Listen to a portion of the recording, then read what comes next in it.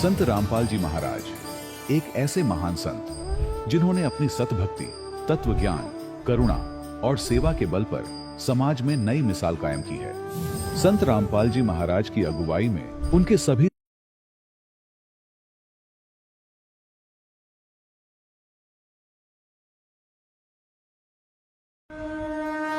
संत रामपाल जी महाराज एक ऐसे महान संत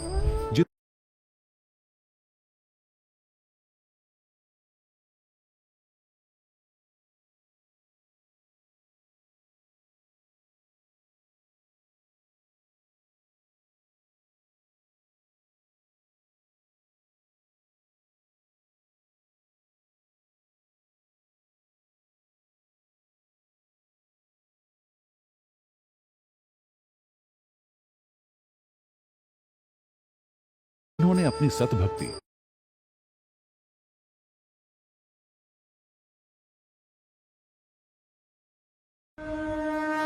संत रामपाल जी महाराज एक ऐसे महान संत जिन्होंने अपनी सतभक्ति, तत्व ज्ञान, करुणा और सेवा के बल पर समाज में नई मिसाल कायम की है। संत रामपाल जी महाराज की अगुवाई में उनके सभी सतलोक आश्रमों से समाज कल्याण के अद्भुत कार्यों ने समाज को सुनहरे भविष्य की एक नई उम्मीद दिखाई है। संत रामपाल जी महाराज से नाम दीक्षा लेने के बाद लाखों लोगों की लाइलाज बीमारियां जैसे कैंसर, एड्स आदि ठीक हुई। संत जी के ज्ञान से प्रेरित होकर उनके अनुयायियों ने लाखों यूनिट रक्तदान किया। संत जी ने लाखों बहन बेटियों का दहेज मुक्त विवाह करवाया।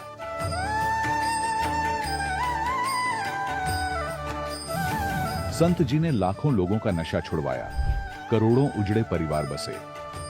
संत जी के आश्रमों में समागम के दौरान निःशुल्क नेत्र चिकित्सा, दंत चिकित्सा प्रदान की जाती है।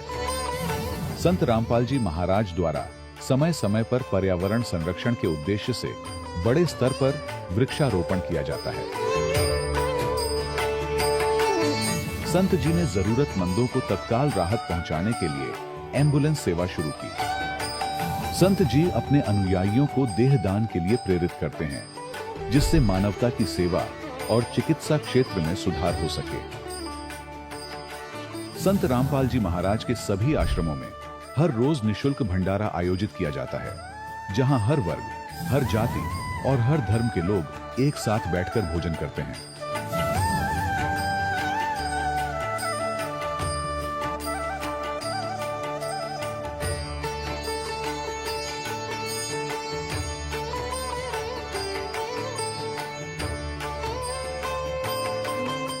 संत रामपाल जी महाराज की अन्नपूर्णा मुहिम ने गरीब और बेसहारा लोगों के जीवन में एक नई ऊर्जा और उम्मीद को जन्म दिया है। घर घर खाद्य सामग्री और जरूरी मदद पहुंचाकर संत रामपाल जी महाराज ने लोगों को दुख और मजबूरी से लड़ने की ताकत प्रदान की है।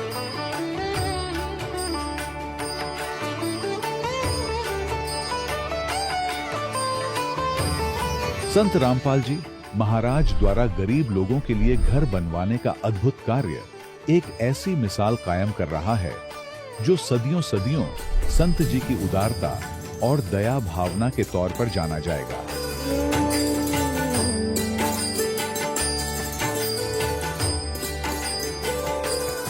संत रामपाल जी महाराज के आश्रम में हजारों बुजुर्गों को सम्मान और प्यार के साथ जीवन जीने का अवसर मिलता है। उनके खाने, रहने और स्वास्थ्य की पूरी जिम्मेदारी संत रामपाल जी महाराज उठाते हैं। अनाथ बच्चों के लिए संत रामपाल जी महाराज के सभी आश्रम किसी वरदान से कम नहीं। यहाँ उन्हें शिक्षा, संस्कार और भविष्य के लिए बेहतर अवसर प्रदान किए जाते हैं। चाहे बाढ़ हो, भूकंप या महामारी, संत रामपाल जी महाराज और उनके अनुयायी हमेशा ही जरूरतमंदों के लिए सबसे आगे खड़े रहते हैं। कोविड महामारी के दौरान संत रामपाल जी महाराज के आश्रमों से करोड़ों लोगों के लिए भोजन, दवाइयां और जीवन रक्षक सामग्रियां उपलब्ध कराई गई। चाहे गरीब की मदद हो या किसी शोषित और पीड़ित वर्ग के हक और सम्मान की लड़ाई, संत रामपाल जी महाराज ने हमेशा ही उनकी दबी आवाज को सरकारों तक पहुंचाया है और उन्हें उचित न्याय दिलवाने में अहम भूमिका अदा की है। समाज में आध्यात्मिक और सामाजिक मूल्यों के प्रति जागरूकता लाने में संत रामपाल जी महाराज हर कदम पर मानवता के सच्चे सेवक साबित हुए हैं। संत रामपाल जी महाराज का जीवन हमें सिखाता है कि सच्ची सेवा वही है जो निस्वार्थ भाव से की जाए। आइए हम भी इस महान सेवा के कार्य में इस महान संत से जुड़ें और संत रामपाल जी महाराज से नाम दीक्षा लेकर अपने जीवन को धन्य बनाएं।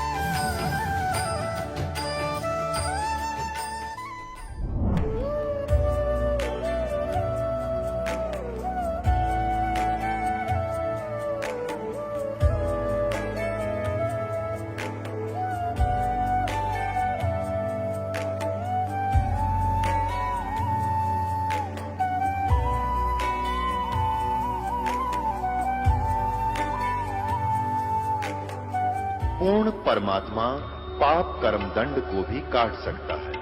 अभी तक जिस भी संत व महापुरुष से मिले उन्होंने यही बताया कि पाप कर्म फल भोगने से ही समाप्त होगा।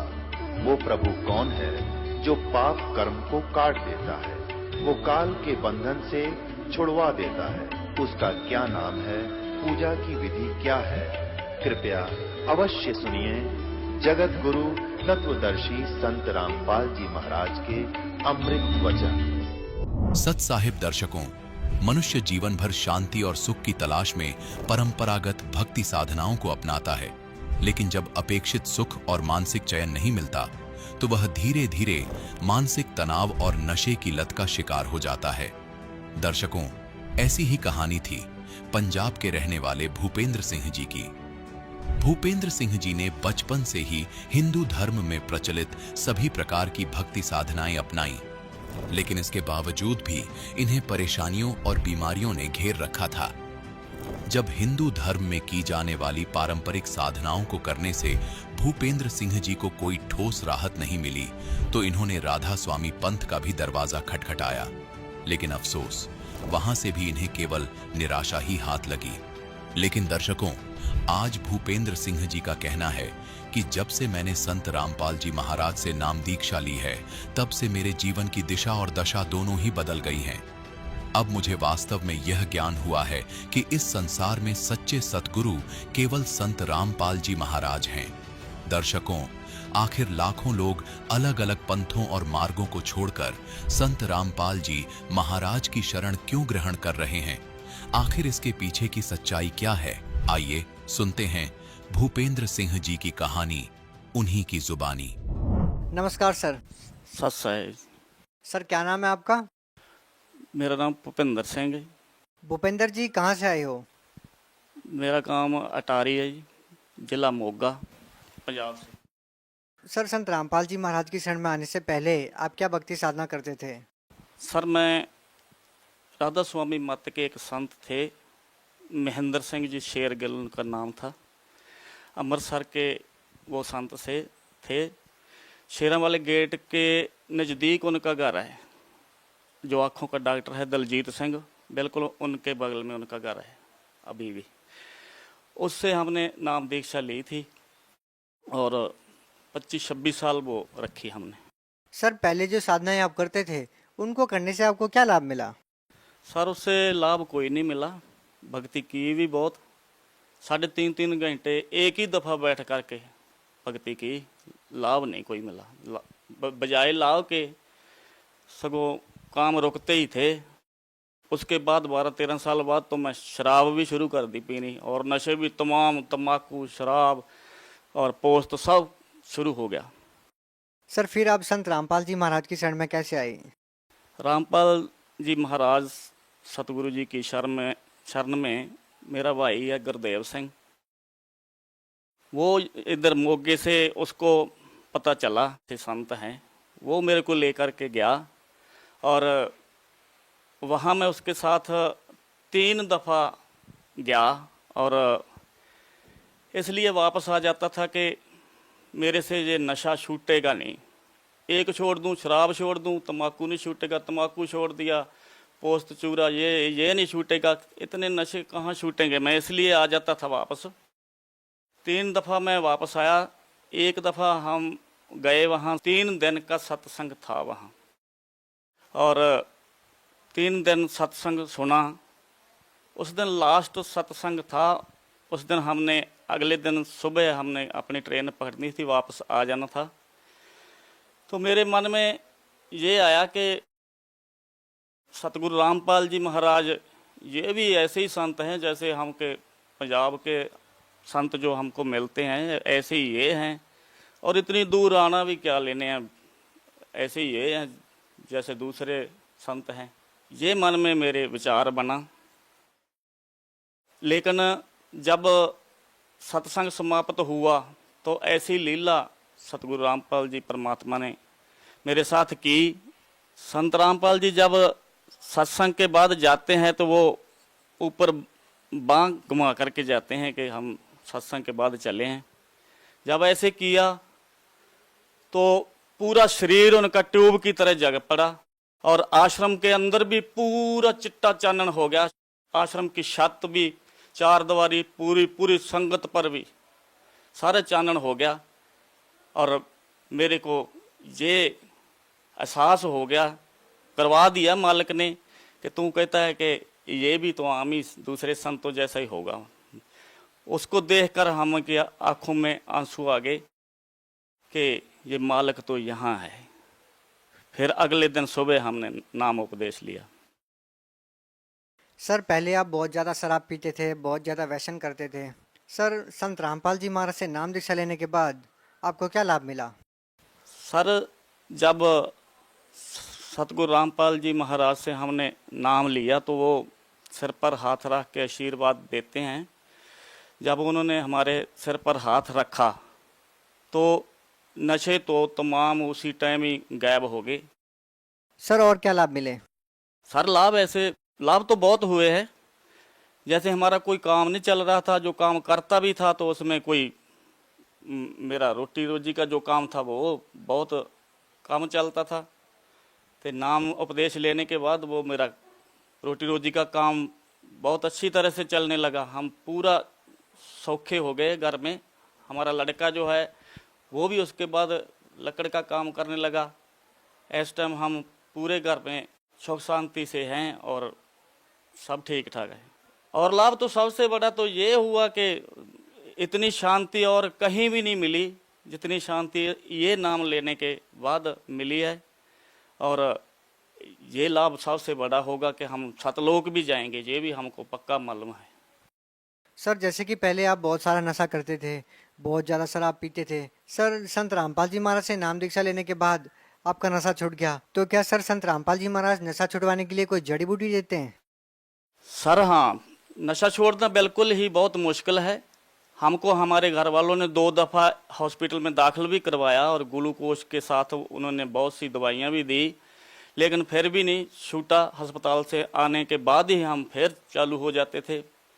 और बहुत मुश्किल है, नशा कोई भी नहीं छोड़ सकता। लेकिन रामपाल जी के मंत्रों में इतना असर है कि नशा आदमी कर ही नहीं सकता। सबसे पहले तो पहला नाम जो दिया जाता है वो फर्स्ट नाम को जगायत्री आत्म तत्व जगाए। सुत्ती पई साडी आत्मा नू, वो साडी सुत्ती पई आत्मा तत्व नू जगा के शुद्ध करके ते सानू नाम जपण दे काबिल बना दिंदा, पहला मंत्र। दूसरा मंत्र जो सतनाम मंत्र है, सतनाम जब हृदय तरया पयो पाप को नाश, जैसे चिंगाड़ी अग्नि की कपड़ी पराने कास। जैसे सूखे घास को अग्नि की छोटी सी चिंगारी साड़ करके राख कर देती है, कुछ देर बाद कोई हवा का ऐसा बुल्ला आता है, वो उड़ा करके कहीं ले जाता है और वो मैदान साफ हो जाता है। ये नशे किसी आदमी से भी नहीं छूट सकते। ये नाम मंत्रों में ऐसी ताकत है जो नशे क्या कुछ भी छोड़ सकता आदमी। ये सतनाम मंत्र जो है ये तो चोर अचक्का कातल लुटेरा डाकू नशेड़ी जो भी है, ये नाम मिलने से वो भी एक ऐसे दूध जैसा खरा आदमी बन करके वो साध बन के सामने आ जाता है। सर संत रामपाल जी महाराज के बारे में ऐसा भी कहा जाता है कि वो अन्य सभी धर्मगुरुओं की निंदा करते हैं। सर आप क्या कहना चाहेंगे? सर ये निंदा नहीं है, ये वेदों ग्रंथों के आधार पर ये जो ज्ञान है हमारे इस समाज ने तो निंदा शब्द का ही खात्मा कर दिया। एक चोर को जो हम चोर ना कहेंगे तो उसको साध कहेंगे, तो फिर साध को क्या कहेंगे? ये तो निंदा शब्द का ही, ये तो सत्यानाश ही कर दिया निंदा शब्द का। ये निंदा नहीं है, ये सच्चाई को सच सच कहना वो निंदा नहीं होती। हमारे गुरुजी ने तो सब सत्य कहा है और ग्रंथों के आधार पर कहा है। सर आप भगत समाज को क्या संदेश देना चाहते हैं? भगत समाज को हम यही संदेश देना चाहते हैं भाई, संत हमारे रामपाल जी महाराज से नाम उपदेश लो और अपना कल्याण कराओ। ये शास्त्र अनुकूल साधना है और झूठी साधना को छोड़ो और हमारे सतगुरु रामपाल जी से नाम उपदेश लेके अपना कल्याण करो। जी बहुत बहुत धन्यवाद। सत साहेब। दर्शकों, अभी आपने सुने संत रामपाल जी महाराज से दीक्षा प्राप्त करके सुखी हुए भक्त के अनुभव। अब देखिए जगत गुरु तत्वदर्शी संत रामपाल जी महाराज के मंगल प्रवचन। कच्चा पक्का भोजन बनावे फिर माता धोकने गैया। कच्चा पक्का भोजन बना के फिर माता धोकने गैया। उस माता ऊपर कुत्ता मुते ओ क्यों ना मर गैया रे भोड़ी सी दुनिया। गुरु बिन कैसे सरिया रे भोड़ी सी दुनिया। गुरु बिन कैसे सरिया। अब हमारी दादी जी माता दुखवाया करती मारे थे। हमारी काकी ताइयों से माताओं से कहती ए पौधे मोटे मोटे गुड़ के हुए रोट। अब वो थोड़ी देर करती न धर दे न काची पाके उन्हें पता था कुत्ता न खाने और कुछ माता उड़ा जिम में गई। और वहां एक माता इतने 2-2.5 फुट की उसकी हाइट, उसके महल की वह मंडी बना रखी होती है और एक चबूतरा सा। और वो बुढ़िया तो डाल के उसका आगे परोठे पूरे वापस नीचे उतरने से पहले 3-4 कुत्ते चढ़ जाएंगे उसके ऊपर। पहले तो उस माता के उस भोजन न खाएंगे और चलते समय उसकी चोटी में धार मार खाओगे। अब परमात्मा न्यू कहा करते कि जय वह माता जिसने तो धोकन गई उसे प्रोटेक्शन की, क्योंकि पूजा तो न्यू कराना कुछ बचाव करे हमारा। उसके आप शर्मा कुत्ते मुत्ते तो वह तेरा बचाव क्या करेगी बुढ़िया। अब परमात्मा क्या बताया करते, आप पे लीपे आप पे पोते और आप पे बनावे ओई और उस पे बुढ़िया फिर पोते मांगे। देख अलग अकल कहां से खोई। एक ओई माता देखी हमने पूजती, एक औरत क्या चित्र बना लेती सी दीवार पे आप पे बनाती और फिर उसका अगर जोत जात ला के अर्नो का हे वही माता बहू का पोता दिए पुत्र दिए दूध पूत में खैर रखिए हैं, इसलिए तेरी पूजा करूं। परमात्मा के आप पे तो माता बनाई, आप पे लिपे आप पे पोता आप पे बनावे ओई और उस पर बुढ़िया पोते मांगे। देखा कलकड़े तक खोई है तरह के जो भैया। परमात्मा क्या याद दिलाते हैं कि जाटी पूजे पीपल पूजे और सिर तुलसा के हो और दूध पूत में खैर रखिए नो पूजू हो तो जंडी पूजे और पीपल में पानी चढ़ावे और फिर तुलसी माता ने पूजे। और उनको किस लिए पूज रही हूं कि मेरे दूध पूत में खैर रखिए। बता अकल देखो हमारी। ये हमारे धर्म गुरुओं की गाइडलाइन थी हमारे को। ये शास्त्र विधि तक मनमान्य साधना करवा के सारे भूत बनवा दिए। फिर क्या बताते हैं परमात्मा, जीवित बाप गे लट्ठम लट्ठा और मुए गंग पुचैया और जब आवे आसुज का महीना और वो कौवा बाप बनैया रे भोड़ी सी दुनिया। सतगुरु बिन कैसे सरिया। जैसे जीवित बाप के साथ तो खेचा तानी रखे नकम्मी आत्मा हैं उस, और मरने के बाद फिर उसकी गति के लिए चलेंगे कहाँ से? देखो पुणात्माओं, ये हमारे धर्म गुरु कहाँ से गति कराने लगते हैं मृत्यु के उपरांत? पहले तो यूं कहेंगे कि अस्थि उठाओ और गंगा में प्रवाह कराओ, इसकी गति हो जाएगी। अच्छा, क्या करते हैं? एक व्यक्ति नाम ना लेवा था, उसकी पत्नी ने नाम ले रखा था, और वो वैसे उसका अपनी पत्नी को मना नहीं करता था, ज्ञान से बहुत कुछ परिचित भी था, लेकिन उसके सामने एक बात आती कि मेरा पिताजी की मृत्यु होगी और मैं यदि गंगा में अस्थि नहीं डालकर आया तो फिर मेरी आत्मा नहीं मानेगी, तो मैं इसलिए नाम नहीं लूं। एक दिन वो बता रही थी उसकी पत्नी कि मेरे तायसरे की मृत्यु होगी, यानी उसके ताऊ की, और वो लेकर गए उसकी अस्थियों को गंगा घाट पे। वहां बैठे वो पांडे, और वहां इन्होंने अपने अक्षेत्र बांट रखे हैं कि ये मेरे क्षेत्र का, ये मेरे क्षेत्र का। जाते ही पूछ लेते कहाँ से आए जी? वो बता दिया जी ऐसे ऐसे सोनीपत से आए। अच्छा अच्छा, आज तुम हमारे हो। वो पकड़ ले गए।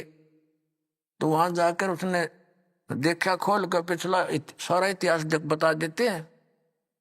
तो क्या बोले वह?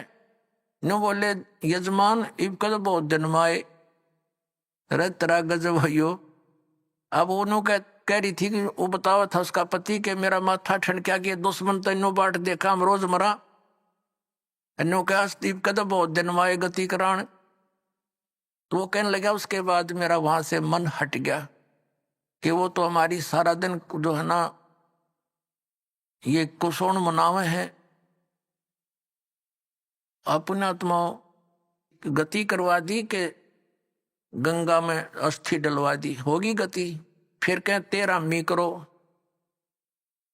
13वीं किस लिए? कि गति कराने खातिर। अच्छा, वह 13वीं भी कर दी। फिर कह अब इसके सरहद निकालो। पहले प्रत्येक महीने किया करते, फिर छठे महीने और बड़ा व्यवस्था करते थे, और फिर 1 वर्ष के बाद वो कंप्लीशन होता था, उसका समापन करते थे। 1 साल में पूरे वर्ष लगे रहते थे गति कराने। और फिर क्या करते हैं? परमात्मा कहते हैं, प्रेत शिला पैजा बिराजे पितरों पिंड भराई।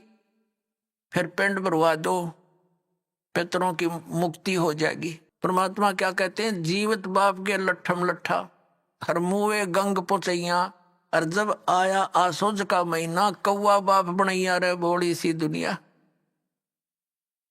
अब फिर आगे श्राद्ध के समय आसोज का महीना।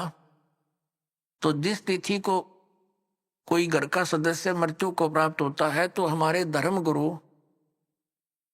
वो तिथि नोट कर लेते हैं। आसोज के महीने में अमावस्या से लेकर पूर्णमासी तक उस किसी भी तिथि को मृत्यु होती है तो उस दिन विशेष कार्यक्रम करते हैं, श्राद्ध निकालते हैं। और सबसे पहले क्या करते हैं? वो बना के भोजन ऊपर रखते हैं छत पे, और उसी समय कौवे आकर खा जाते हैं। तो वो क्या कहते हैं हमारे धर्मगुरु, देखो भोग लग गए तेरे पिताजी, हो सकता कौआ बन रहे हो। अरे भले आदमियों, गति कराने लगे थे, कौआ बना के छोड़ दिया। ये है इनके साधन। अब परमात्मा कहते हैं, प्रेत शिला पैजा बिराजे पितरों पिंड भराई, और बहुत श्राद्ध खान को आए काग बने कलमाही। आगे क्या बताते हैं? जय सतगुरु की संगत करते सकल कर्म कट जाई, अमरपुरी पर आसन होते जहां धूप ना छाई। अब क्या बताते हैं? जय सतगुरु की संगत करते, सतगुरु मिल जाते तो ये सारे कर्मों तो पीछा छूट जाता, ना श्राद्ध निकालने, ना भूत बनना, ना कौवे और पशु की योनियों में जाना। और फिर क्या होता? अमरपुरी पर, अमरपुरी जिस स्थान का कभी नाश ना हो, सतलोक सनातन परम धाम की प्राप्ति हो जा। जब सतगुरु मिल जा तो और ये झंझट मिट जा सारे। और ये हमारे गुरुजी धर्म गुरु ने कहा श्राद्ध तो अवश्य निकालना चाहिए। इन्हें तो हमारे कर्म बिगड़वाने का ठेका ले रखा था। पुण्यात्माओं, पवित्र हिंदू धर्म के जो सदग्रंथ हैं, पवित्र चारों वेद और पवित्र श्रीमद् भगवत गीता और 5वां वेद जो परमात्मा कबीर जी की वाणी जो उनके मुख कमल से बोला गया, उसमें कंप्लीट ज्ञान है, सभी सदग्रंथों का सारांश है। वो तो इनके हाथ नहीं लगा, क्योंकि उन्होंने इन संस्कृत के ज्ञाताओं ने वो तो रिजेक्ट कर रखा था। कबीर साहब की वाणी तो एक अशिक्षित की वाणी है, इस करके वो हमारे पास, हमारे तक नहीं आने दिया। तो इनमें जो पुराण हैं, ये पुराण क्या चीज है? गीता और वेद, ये चारों वेद, उन चारों वेदों का सारांश श्रीमद् भगवत गीता। लेकिन श्रीमद् भगवत गीता में कुछ अटकल युद्ध कराने के लिए इस काल भगवान ने लगाई है, वो अलग से दिखाई देती है। और जो वेदों से मेल खाता वो गीता जी का ज्ञान खरा है, बिल्कुल सत्य है।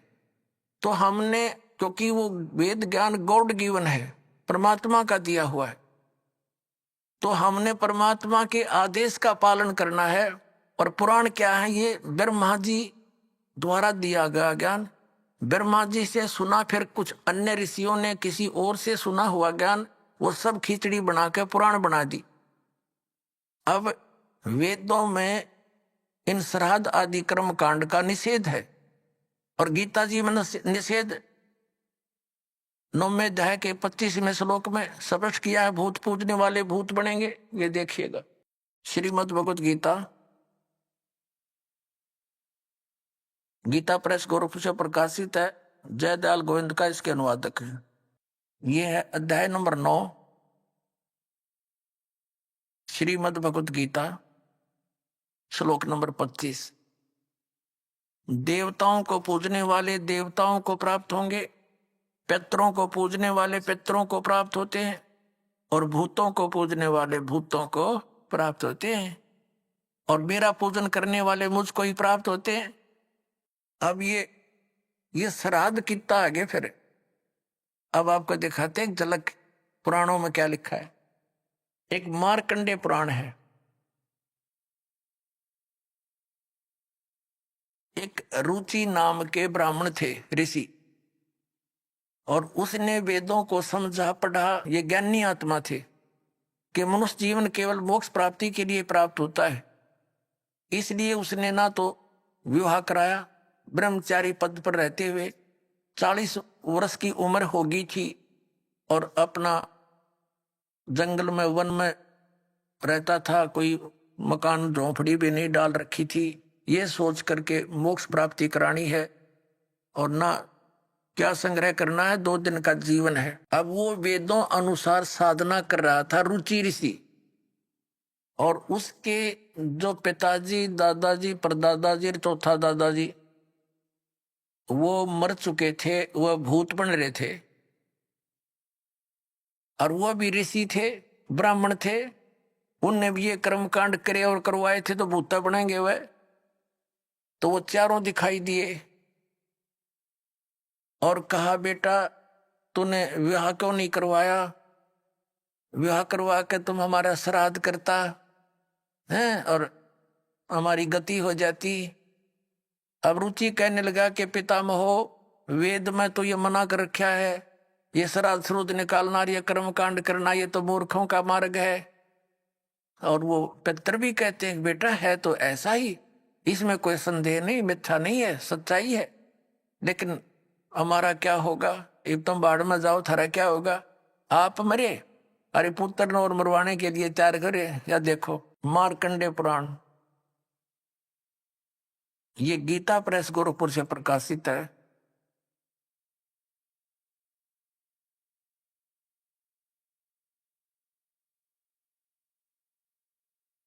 गीता प्रेस गोरखपुर से प्रकाशित है। ये गीता प्रेस गोरखपुर से प्रकाशित है।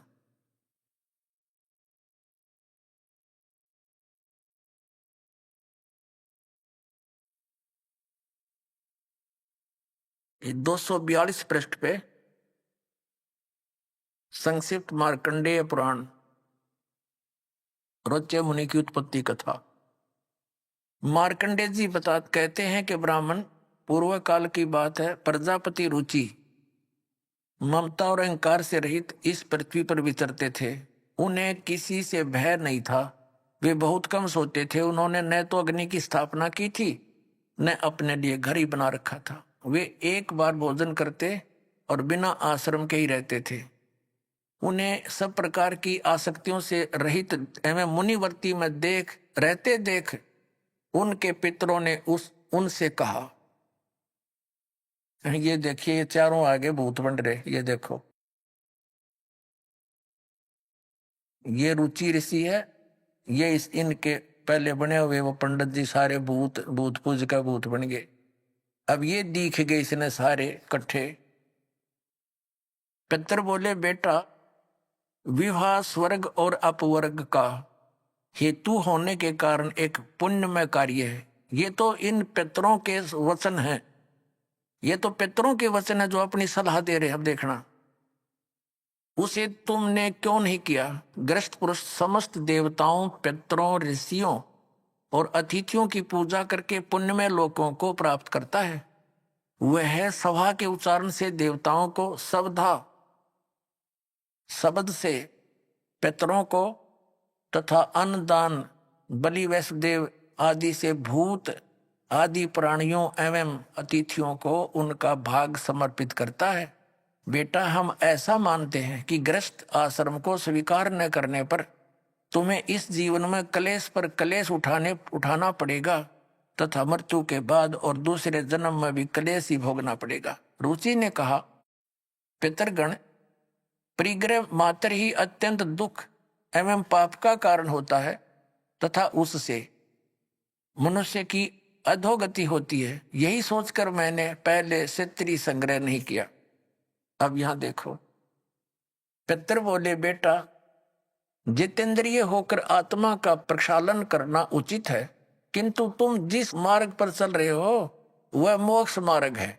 बता, इसने तो घटिया मान रहे मोक्ष मार्ग ने कि तुम जो कर्म कर रहे हो, जिस मार्ग पर चले तो मोक्ष मार्ग है। अरे हम बतावांगे पितृवर्ण का मार्ग। देखिए, रुचि ने पूछा, पितामहो, वेद में कर्म मार्ग को अविद्या कहा गया है। जो तुम सलाह दे रहे हो वो कर्म कांड, श्राद्ध श्रोध निकालना, पितृ पूजना, वो तो मूर्खों की अविद्या का है, मूर्खों का सलाह कही है। फिर क्यों आप लोग मुझे उस मार्ग में लगाते हैं? पितर भी कहते हैं। पितर बोले, यह सत्य है कि कर्म को अविद्या ही कहा गया है, इसमें तनिक भी मिथ्या नहीं। फिर थारा सिर बच गया, फिर क्या रह गया? बता भाई, ये हमारे पुराणों में लिखा है।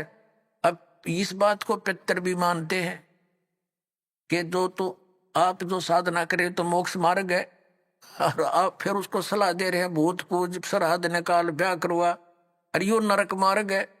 और आप भी मानते हैं कि आप जो मार्ग अपना रहे हो तो मोक्ष मार्ग है।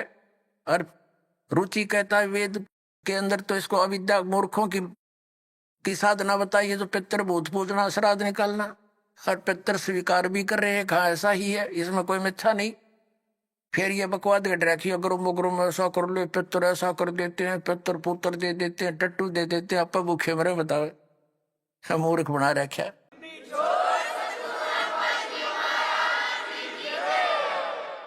एक थोड़ी सी झलक दिखाते हैं आपको इसी मार्कंडे पुराण में। इन कहां से ले रखे ये श्राद्धा के सिलसिले। एक मंदालसा नाम की औरत थी, उसने अपने पुत्र को शिक्षा दी, और वह ये ले रहे हैं। देख, मार्कंडे पुराण के अंदर है, यही आपको सुना रहे हैं। अब इसके 80 पृष्ठ पर दिखाते हैं आपको। ये 81 पृष्ठ से थोड़ा सा लेंगे। मंदालसा बोली, महाराज, ये मंदालसा ज्ञान देती हुई आ रही है। मंदालसा,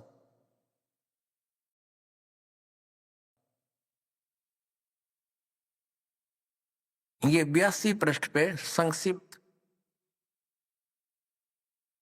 मार्कंडे पुराण, यहां देखिए। अब ये क्या सलाह दे रही है कि जो पितर देवलोक में है और जो त्रिक योनियों में ये पशु पक्षी बने हुए हैं, और जो मनुष्य योनियों में एवं भूत वर्ग में स्थित हैं, भूत बन रहे हैं, और वे पुण्यात्मा हो या पापात्मा, जब भूख प्यास से विकल होते हैं तो वे अपने कर्मों में लगा हुआ मनुष्य पिंड दान तथा जल दान के द्वारा उन्हें तृप्त करता है।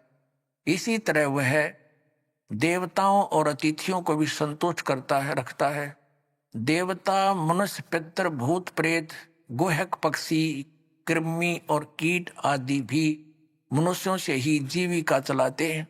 अब ये क्या बता रही है कि चाहे तो वो जो पितर देवलोक में हैं, जो तिर्यक योनियों में पड़े हैं, और जो मनुष्य योनियों में यानी भूत आदि पितर पैतर बन रहे हैं, वे पुण्यात्मा हो या पापात्मा, सब भूखे प्यासे मरते रहते हैं। तो वो टट्टू देवलोक में हुए, भूखे मरते प्यासे मरे। अब क्या बताते हैं आगे, ये देखिएगा, यहां क्या बताया है 92वें पृष्ठ पर, संक्षिप्त मार्कंडेय पुराण 92वें पृष्ठ पे। इनमें से जो नरक में निवास करते हैं, जो पशु पक्षी की योनियों में पड़े हैं तथा जो भूत प्रेत आदि के रूप में सतीत हैं, उन सब को विधि पूर्वक श्राद्ध करने वाला यजमान तृप्त करता है। कैसे करता, सुनो। मनुष्य पृथ्वी पर जो अन्न बिखेरते हैं उनसे पिशाच योनि में पड़े पितरों की तृप्ति होती है, जो जमीन पर दाने डाल देते हैं। बेटा, स्नान के वस्त्र से जो जल पृथ्वी पर टपकता है उससे वृक्ष योनि में पड़े हुए पितर तृप्त होते हैं। जो रूख वृक्ष बन गए उन का ना का जो वस्त्र ने छोड़ दिए ना, वो वृक्ष योनि में पड़े हुए तृप्त हो जाएंगे। अरे भले आदमियों। अब ये एक बार क्या था, परमात्मा कबीर जी काशी में गंगा घाट पर चले गए। गंगा का एक घाट बना हुआ है, वहां पर ये ब्राह्मण लोग सूर्य को यानी ऐसे सूर्य की तरफ मुंह करके गंगा से जल उठावें और वहीं डाल दें। कबीर साहब बढ़कर उसमें गंगा में घुटनों पानी में और ऐसे नौकरन लगे, गंगा के जल को पटरी पर फेंक रहे पूरी स्पीड तक। अब वो सारे पंडित जी अपना काम छोड़कर कबीर साहब की ओर देखने लगे। कहने लगे, वो कबीर ये क्या कर रहा तू? कबीर जी बोले, आप क्या कर रहे हो? मैंने ना पूछा, तुम क्यों पूछ रहे हो मेरे से? कहते, आप बताओ आप क्या कर रहे हो? कि हम अपने पितरों को स्वर्ग में जल भेज रहे, ये हम यहां जल डाल रहे हैं ना, ऐसे मंत्र बोलकर ऐसे सूर्य की तरफ मुड़ करके, ये वहां स्वर्ग में हमारे भूखे प्यासे पितरों को जल प्राप्त होगा। परमात्मा बोला, मैंने एक बगीची लगा रखी अपनी झोपड़ी के आगे और मैं उस बगीची को सींच रहा हूं, फिर मंड के खड़े हो गए। तो वो कहने लगे, रे भोले आदमी, इतनी दूर कैसे जाएगा जल? ये तो यहीं पड़ा है। वो तेरी झोपड़ी के आगे बगीची जो छोटी सी लगा रखी, वो कैसे सिंचाई होगी इससे? कि एक लाखों किलोमीटर दूर, मील दूर तुम्हारे पितरों को स्वर्ग में ये पानी मिल सकता है, तो ये 2 किलोमीटर पर क्या दिक्कत आएगी इसको?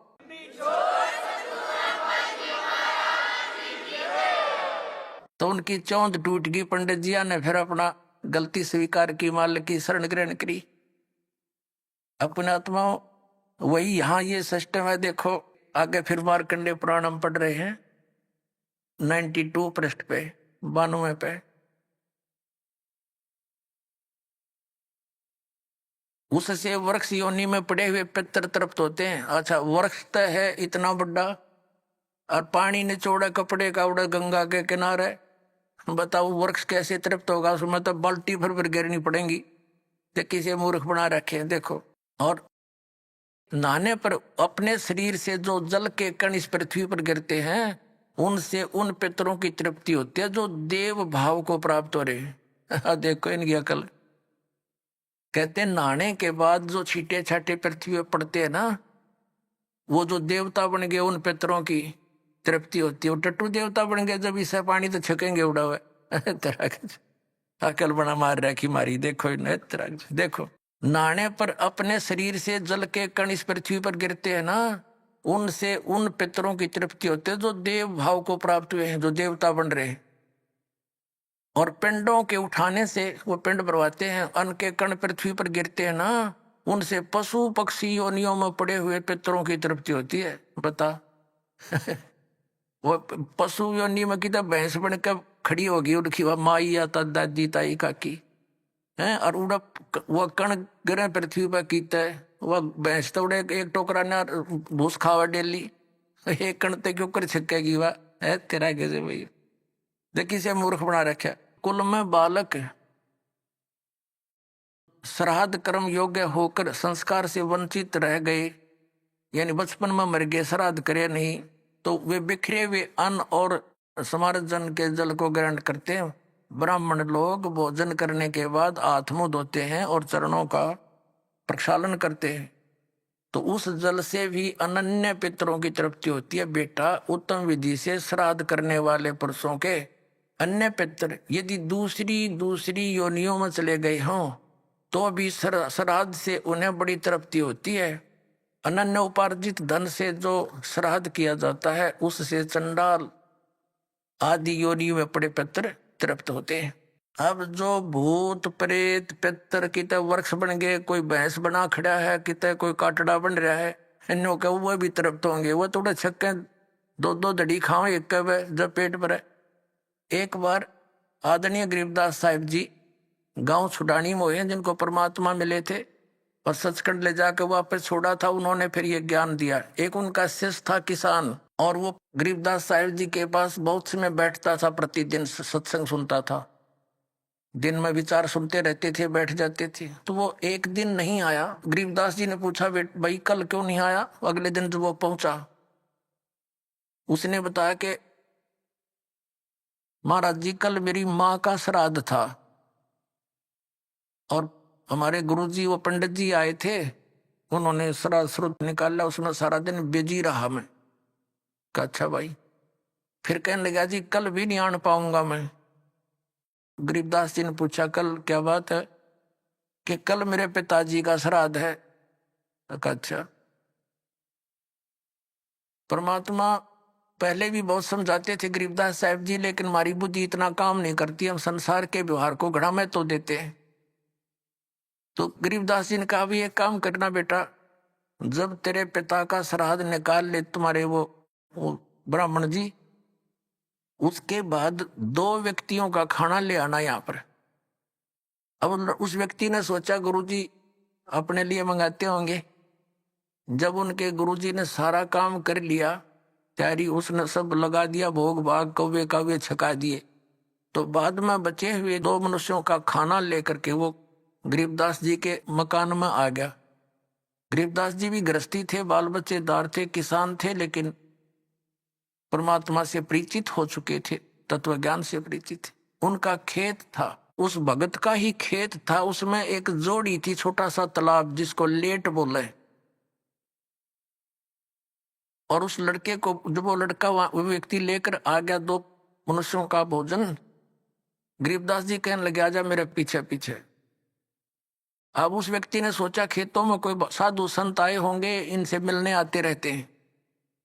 वहां जाकर उस लेट से, उस जोहड़ से 1 किलोमीटर दूर उस खेतों में जो तालाब होते थे छोटे छोटे, पशुओं के पानी के लिए उसमें स्टोर कर लेते थे जल, तो उनके चारों तरफ झुंड खड़े हो जाते थे, झाड़ बोझड़े कांटेदार झाड़ियों के गुच्छे से बन जाते थे। उससे 100-200 फुट दूरी पर बैठ गए गरीबदास जी भी, वो लड़का वो व्यक्ति बैठा लिया और वहां कहा, आवाज लगाई उसकी माता और पिता का नाम लेकर, और उनसे कहा कि आ जाओ तुम्हारा पुत्र भोजन ले आए। उसमें से एक गीदड़ और गीदड़ी निकल कर आए और वहां आकर खड़े हो गए, और लीला थी गरीबदास साहिब जी की, और कहा बेटा ये तेरी माँ, ये तेरा बाबू, ये तेरा पिताजी, इन्हें खिला भोजन। वो दर दिया खोल कर उसने। अब वो छक गए दोनों, 1 मिनट खा गए फटाफट और खा कर भाग गए। अब गरीबदास जी बोले कि तुम्हारे गुरुजी क्या कह रहे थे कि 1 दिन के भोजन खिलाने से और 1 वर्ष तक तुम्हारे पिताजी पितर जो जिस भी योनि में है वो तृप्त रहेंगे। अखा जी ऐसे कह रहे थे, ये दोनों भूखे मरे थे, देखा गए सारे ने, और भोगते ला के आए हो तुम्हें। अखा जी उस दिन पीछे कान पकड़ लिया। कि जी बाढ़ में जाओ, या ये तो बकवाद है सारी। तो छोड़ दी सारी वो लोकवेद और दंत कथा, मनमाना आचरण उस प्यारी आत्मा ने। तो पुण्यात्माओं, परमात्मा कहा करते थे कि तुम एक दिन तो आहार करा देते हो, मान लीजिए तुम्हारी बात बड़ी करें, और तुम्हारे पिताजी या माताजी जब जीवित थे दिन में 2-2 बार तो पक्का रोटी खाते थे। अरे तुम कहो एक दिन के खाने से 364 दिन, कोई जरूरत नहीं, ये कोई संभव बात है तुम्हारी? एक दिन तुमने भोग लगा दिया, 364 दिन क्या खाएंगे वो? मान लीजिए तुम्हारे पिता काग बन गए, कौवे, तो रोज भोग ला दो उनका, 2 रोटी तोड़ के ऊपर रोज फेंक दो ताकि उनका पेट भरा रहे। ये 301 दिन ये फंड करने से कोई फायदा नहीं। कहने का भाव यह है कि वो तो जो बन चुके। अब पुण्यात्माओं, जब हम सत भक्ति करेंगे और इस साधना के करने से आपके जो पितृ भूत प्रेत आदि बने हुए हैं, और चाहे वो किसी योनि में है ये पितृ वाली सिस्टम में, तो उनकी भी मोक्ष हो जाएगा आपकी भक्ति करने से। अब पुण्यात्माओं, ये सत्कर मान लेना, ये दास आपको समय अनुसार सब क्रियाएं बताएगा। इन एडवांस करने से आप अपना कर्म बिगाड़ बैठोगे।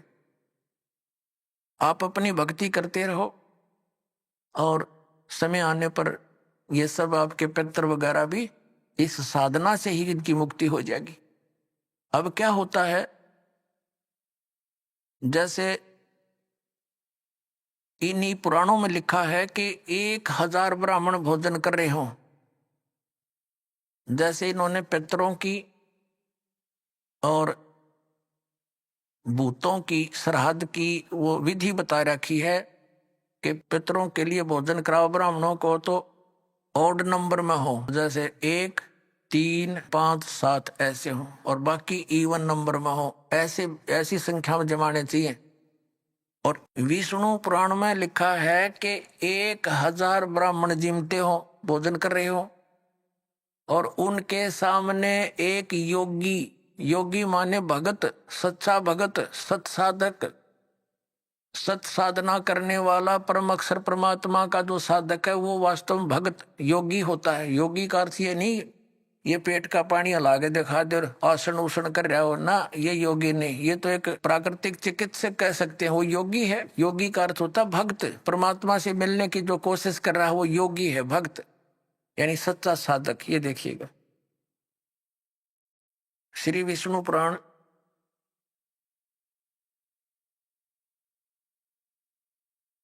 गीता प्रेस गोरखपुर से प्रकाशित है।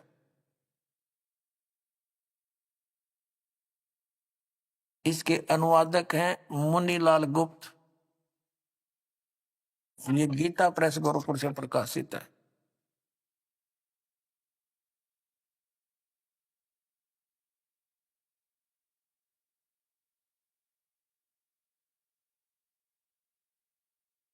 ये है अध्याय 16 और तृतीय अंश, और पृष्ठ नंबर 213 पर।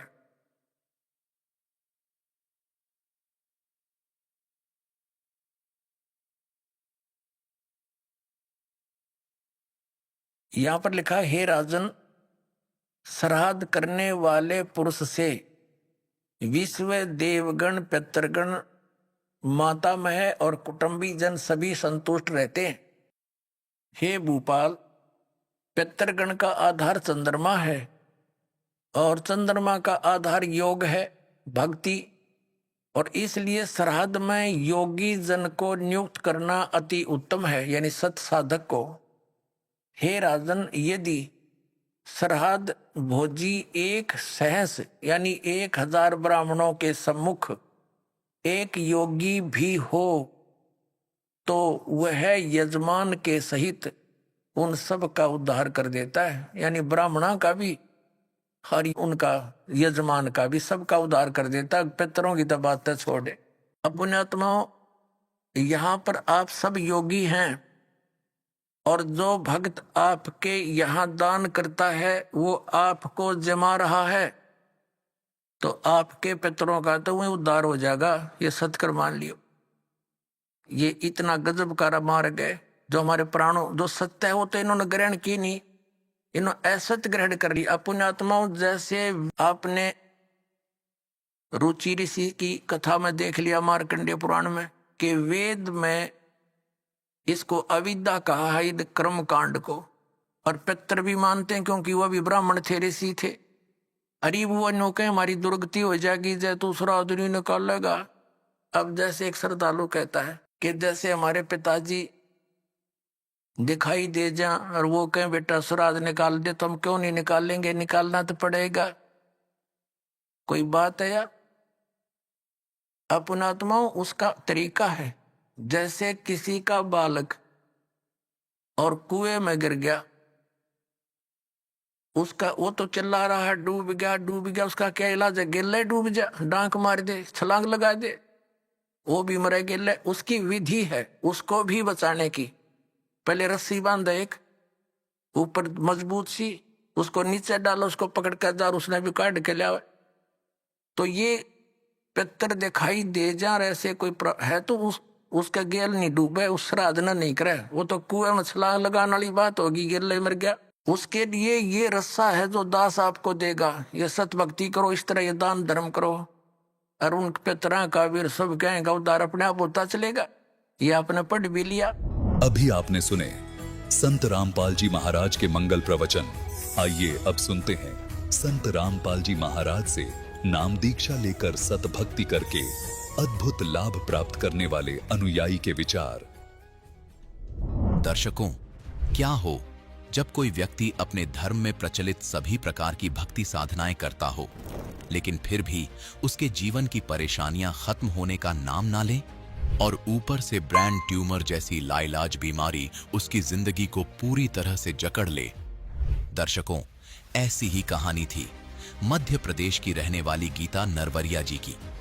गीता जी ने अपने जीवन में हर प्रकार की भक्ति विधि और पूजा पद्धति को अपनाया, लेकिन इसके बावजूद भी ना तो इन्हें शारीरिक सुख मिला और ना ही मानसिक शांति। सुख और शांति की बात तो छोड़ो, इन्हें इतनी साधना करने के बाद भी ब्रेन ट्यूमर जैसी गंभीर बीमारी भी हो गई। लेकिन दर्शकों, आज गीता जी का कहना है कि जब से मैंने संत रामपाल जी महाराज की शरण ग्रहण की है, तब से मेरे और मेरे परिवार के जीवन की सारी परेशानियां और बीमारियां समाप्त हो गई हैं। अब मेरी ब्रेन ट्यूमर जैसी लाइलाज बीमारी भी संत रामपाल जी महाराज की कृपा से पूरी तरह ठीक हो गई है। दर्शकों, क्या वास्तव में ऐसा हो सकता है? क्या वास्तव में संत रामपाल जी महाराज में इतनी शक्ति है? आखिर इसके पीछे की सच्चाई क्या है? आइए सुनते हैं गीता जी की कहानी उन्हीं की जुबानी। जी नमस्कार। नमस्कार सर जी। क्या नाम है जी आपका? मेरा नाम गीता नरवरिया है। गीता जी कहाँ से आए हैं आप? मैं भिंड जिले से मध्य प्रदेश से आई हूँ। क्या करते हैं जी आप? मैं गवर्नमेंट टीचर हूँ। संत रामपाल जी महाराज से नाम दीक्षा लेने से पहले आप क्या भक्ति साधना करते थे?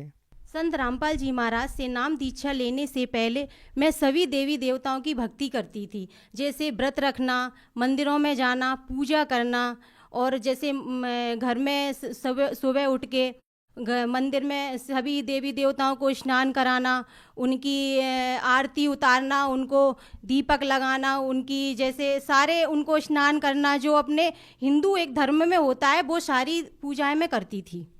गीता जी, जो आप हिंदू धर्म में प्रचलित पूजाएं कर रहे थे, तो उन साधनाओं को करने से आपको क्या लाभ मिला? हाँ, लाभ तो कभी सोचा नहीं था सर जी। तो लाभ के बारे में तो ऐसा कुछ नहीं था, जो अपने हिंदू धर्म में चलता आ रहा था वही भक्ति हम लोग करते थे। गीता जी, जब आप हिंदू धर्म में प्रचलित सभी प्रकार की पूजाएं कर ही रहे थे, तो आप संत रामपाल जी महाराज जी की शरण में क्यों गए?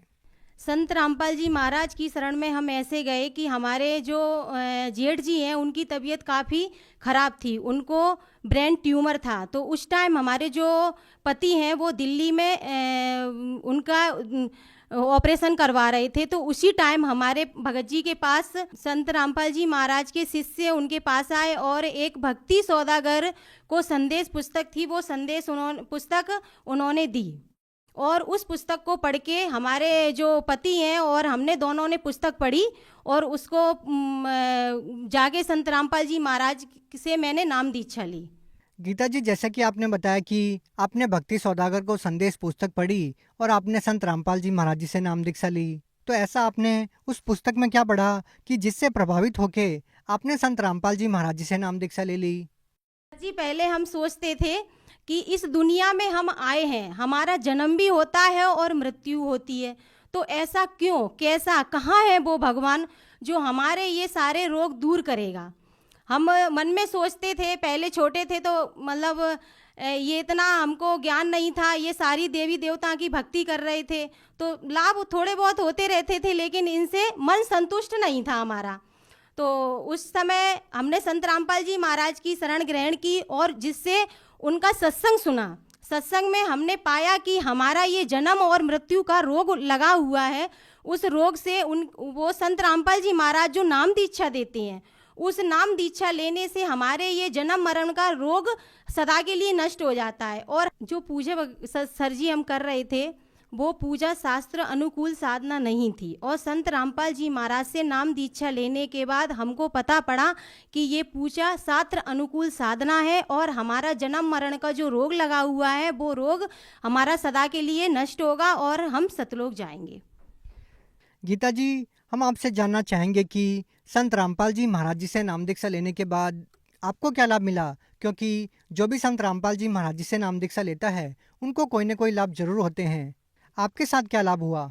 लाभ तो काफ़ी मिले सर जी। एक बार स्कूल जा रहे थे तो हम स्कूटी से थे तो हल्का सा पानी डला था रास्ते में, तो हमारी स्कूटी फिसल गई और हम वहाँ से मतलब गिरने से हमारे कोई चोट नहीं आई, हम वहीं खड़े के खड़े रह गए और स्कूटी दूरी पे जाके फिसल के बहुत दूरी पे गिर गई। सर जी, हमारे पति नशा भी करते थे, सिगरेट भी पीते थे, लेकिन संत रामपाल जी महाराज की दया से जिस दिन से हमने नाम लिया सारा नशा छूट गया।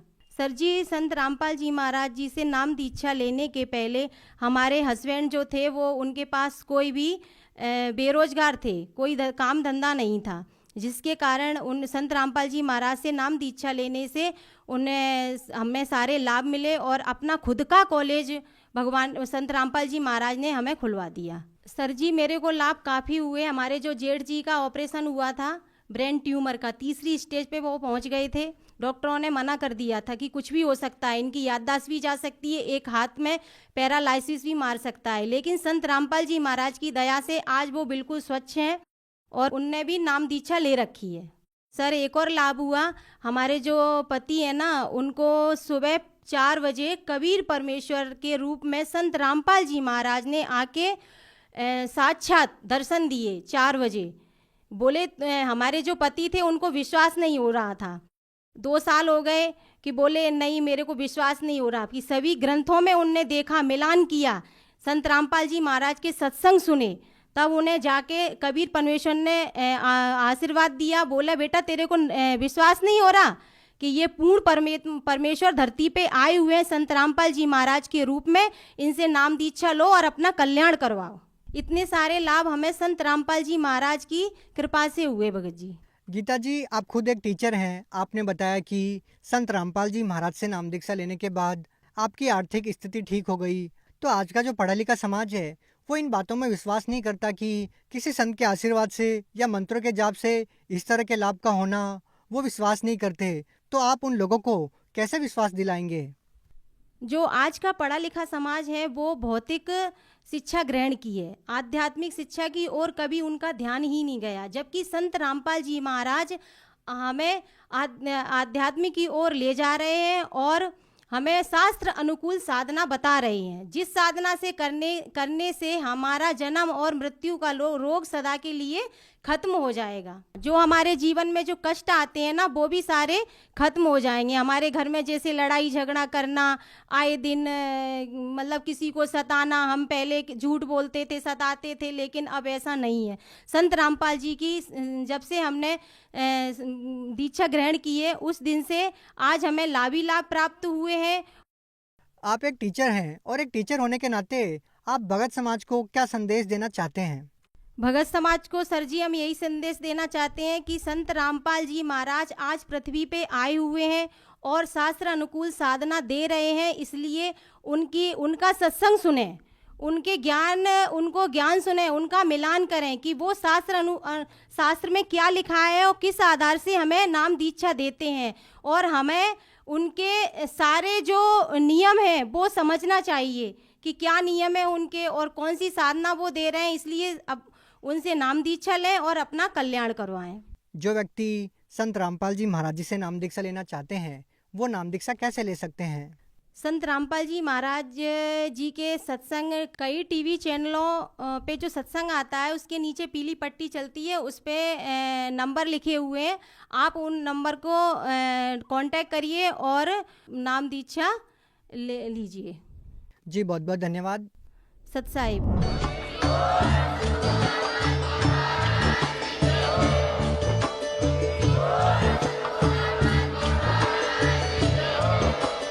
आप सुन रहे थे जगत गुरु तत्वदर्शी संत रामपाल जी महाराज जी के मंगल प्रवचन। अधिक जानकारी के लिए विजिट कीजिए हमारी वेबसाइट www.jagatgururampalji.org। संत रामपाल जी महाराज जी के शुभ आशीर्वाद से पूरे विश्व भर में 500 से भी ज्यादा नाम दीक्षा केंद्र हैं, जिन पर संत रामपाल जी महाराज जी द्वारा ऑनलाइन निशुल्क नाम दीक्षा दी जा रही है। अपने नजदीकी नाम दीक्षा केंद्र का पता करने के लिए संपर्क करें 8222880541।